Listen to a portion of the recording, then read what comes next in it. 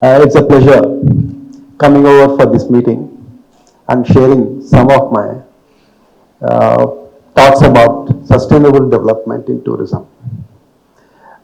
Please excuse me if I say something that's in a very informal way, like not giving you formal PPT. And most importantly, it may not be conventional, my views. That's because during my teaching tenure, I have become associated with this word, sustainability and sustainable tourism development. And I used to come across this very frequently. And I have read lots of books, articles, and so on. One thing I have understood was, I am puzzled in fact, why sustainable tourism is being taken as something that is standalone. Actually, I feel it is not something that can help bring about the sustainability. Tourism is dependent upon so many factors. It is part of the human activities. And human development has been the major objective for growth or for any activity that you see in the world, right from the times that we know. It could be Stone Age, it could be Metal Age, it could be some other age, whatever. In the afternoon also, we were discussing about how technology has brought about so many changes. All of us were appreciating. But can you believe the technology is the factor that makes the entire thing not sustainable? See, for example, I'll just give you a couple of examples. In the morning, we have had excellent articles being presented, and one of them was Professor Rashid and a couple of others. They have given these articles, and in that they have given what we call as about Egypt and so on. Just one small factor I would point out. My basic discussion would cover around three aspects. One, world. Second, India. The third, tourism. You observe there is no word sustainability anywhere over here.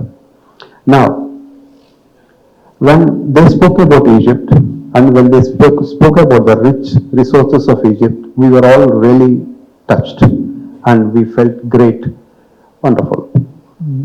When in Egypt, it is bordered by Red Sea, and to the northwest you have Mediterranean Sea, right?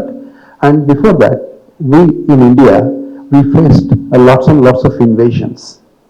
And during these invasions, the people were required to come, mostly they were coming from Europe. So they were coming through Mediterranean Sea to the Atlantic and through Indian Ocean, and from Indian Ocean into the Arabian Sea and to the western parts of India. This is how they were coming till they were able to break through, and before that they were also coming via the land. This was the distance.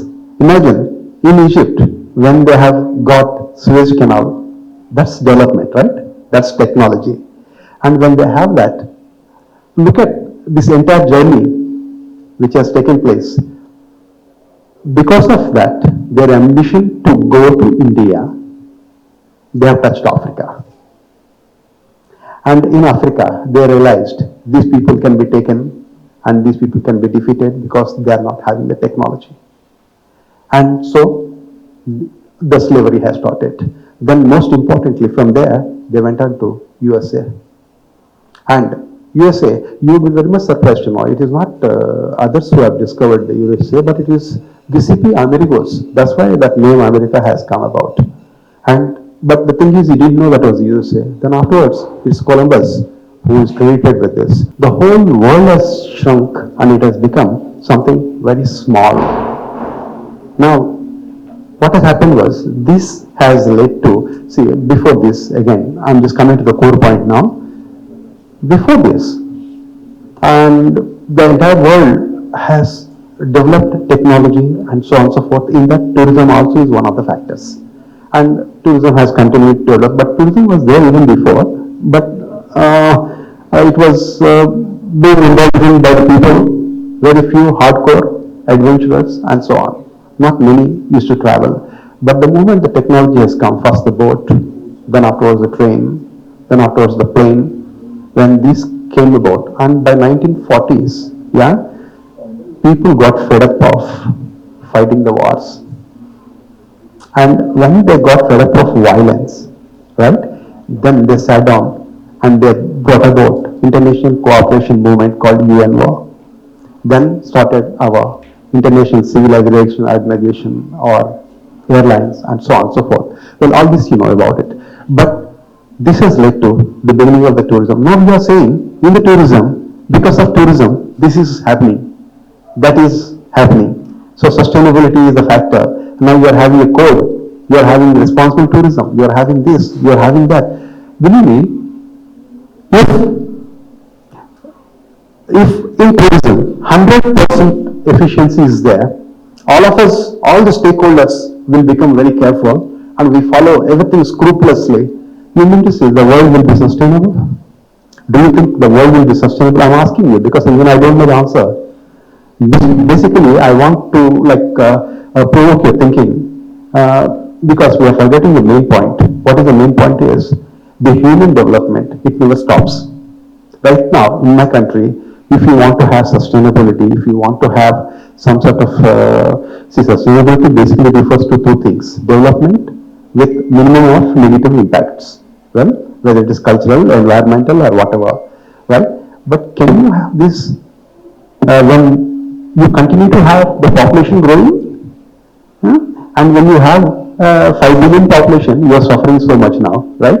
But after, say, another 50, 60 years, if you are having another 5 billion, please don't laugh at my statements because it is possible.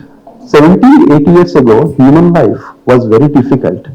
Medicine, etc., was not available in such a form. But right now, our life can be elongated. Our life can be expanded in the sense that we can get medical treatment online, and then we can have so many problems getting reduced and so much of information flowing about.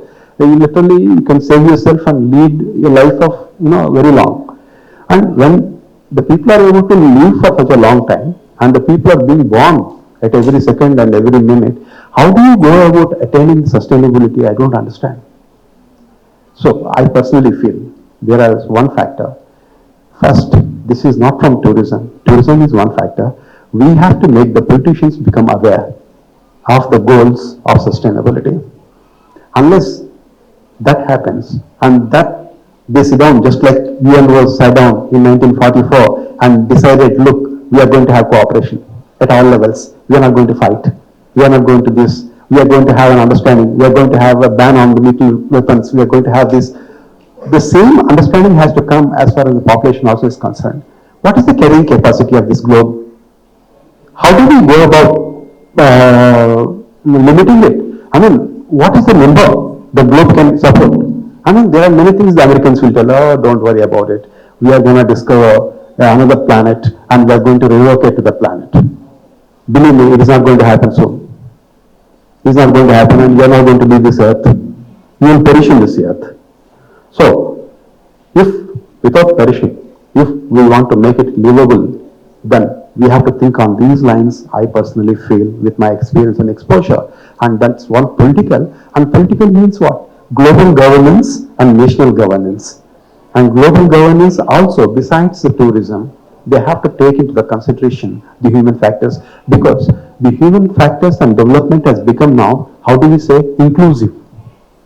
It is not like that in the earlier days when the kings and the royal family only had all the privileges and the ordinary people did not have. Now,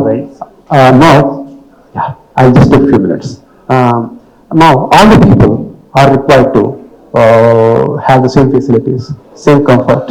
And when you are going to have all these things, then how do you make it happen? This can happen only through our leaders who are in the governance. And in the governance, that awareness has to come about, first identifying the major problem, the members, then afterwards how to control them all over the world, not just in India. And afterwards, how do we go about making these natural resources available? See, these things, it requires out-of-box thinking. I'll just give you one example, if you bear with me.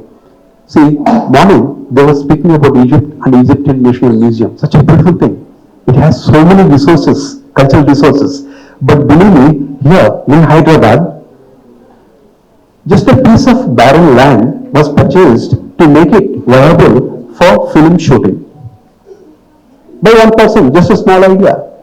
Small film shooting, it was really, I have seen it in the beginning and I'm seeing it in the recent years also. I'm just wondering how it has developed so incredibly. This film city in the beginning just was catering and it was having only one hotel. And that hotel, so many hotels and so many gardens, so much of development. Just one small idea has led to such a big amusement park. And this amusement park is providing employment and so on and so forth. Why am I telling you about this is, it is not necessary that you should have what we call facilities and money, resources and so on. The fact is that you need to think on the lines of practical, how do we go about saving this world? So all I'm trying to say in this entire discussion of mine is, sustainability is not just the tourism's role. It is has to be done by the entire world, what we call as human development. That human development has to take place in sustainable manner, which should include tourism. Because tourism, we can see many, climate, environment, all these things are there, okay. But remember, one more thing, in tourism right now, most of the people are coming for rural tourism, they are coming for agricultural tourism, and they are coming for heritage tourism. All these are just on the verge of perishing, and then people are coming to see. They have become suddenly attractive because this life is being lost. Cities are expanding. You call it a smart city or you call it as some other city, whatever it is. They are expanding, the buildings are coming, and after the buildings, the roads. For example, if you put up that Egyptian National Museum, it's a beautiful concept, but just think about it. That museum, once it is fully blooming, what would happen? What would happen there? If such a small place like Ramagura Park could have so much of infrastructure, that museum will become international delight. And all around the place, the scenario, the global, the geography, everything, demography changes. And the roads, flights, water transport.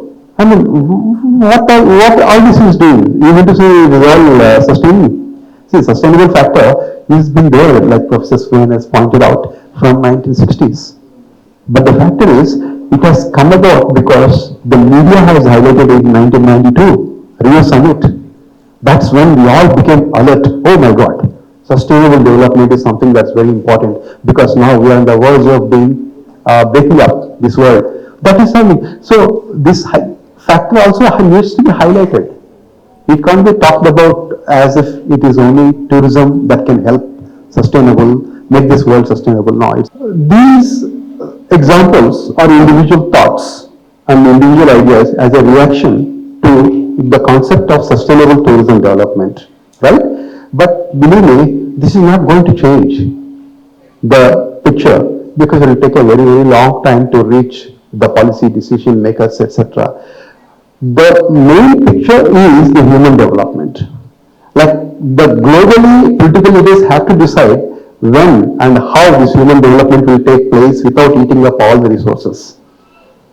Exactly to come to your specific point of whether convenience are a minority in the entire population.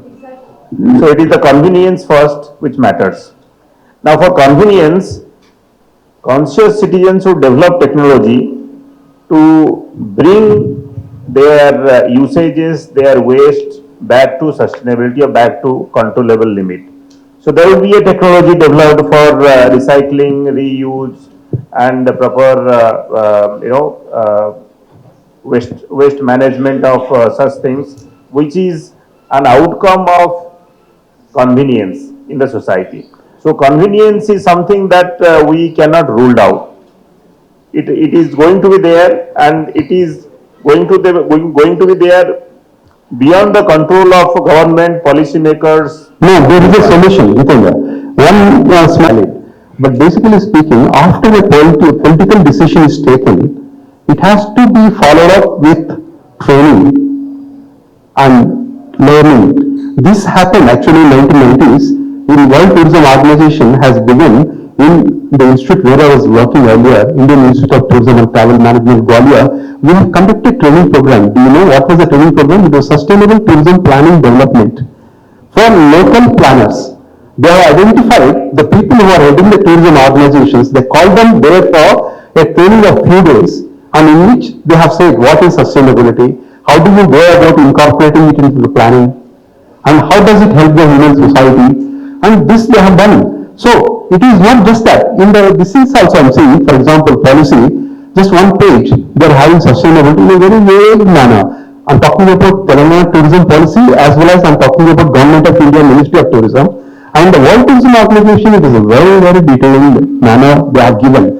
Unless this policy and curriculum development incorporates the sustainability and follows it up in a logical manner through learning, Okay. I don't know. Sir, we would give time now to other speakers. Sure. Have a nice day, folks. Section. Sir, there was one question. Yes. That there is a minority who are using these type of conscious way of promoting eco and nature, but you are paying a very heavy price because the cost of e-vehicles are very, very high. And government today has not intervened in terms of giving that type of subsidy even to a common man. So what are your thoughts with respect to sustainability, which government at a planning level can do today? In a very short manner, or a short, like I would like to tell you one thing. This company, like area-wise, to ensure this world stays for a longer time. More than that, we can't do anything. Yeah, actually, that is not, there is no only one thing that we need to do to bring down sustainability, to ensure sustainability. Hundreds and thousands of things are done by different policymakers and governments amongst every citizens. But that itself is subjective and vague. Yes, we have been doing so many things. So what Professor has gone in detail is telling about the overall development that happens in the entire world, which needs to be monitored, supervised to ensure sustainability. Tourism alone cannot be blamed because tourism is part of life, is part of human activity. So if you blame tourism, nothing, no sustainability is going to be achieved. Okay, so it is the general human life that needs to be monitored and supervised, and tourism is just one amongst them. Okay, so he narrated with the help of a pretty good number of examples based on his vast experience that he has got, and he has beautifully given examples of a few cases that he has personally experienced while he was narrating his concept of sustainability.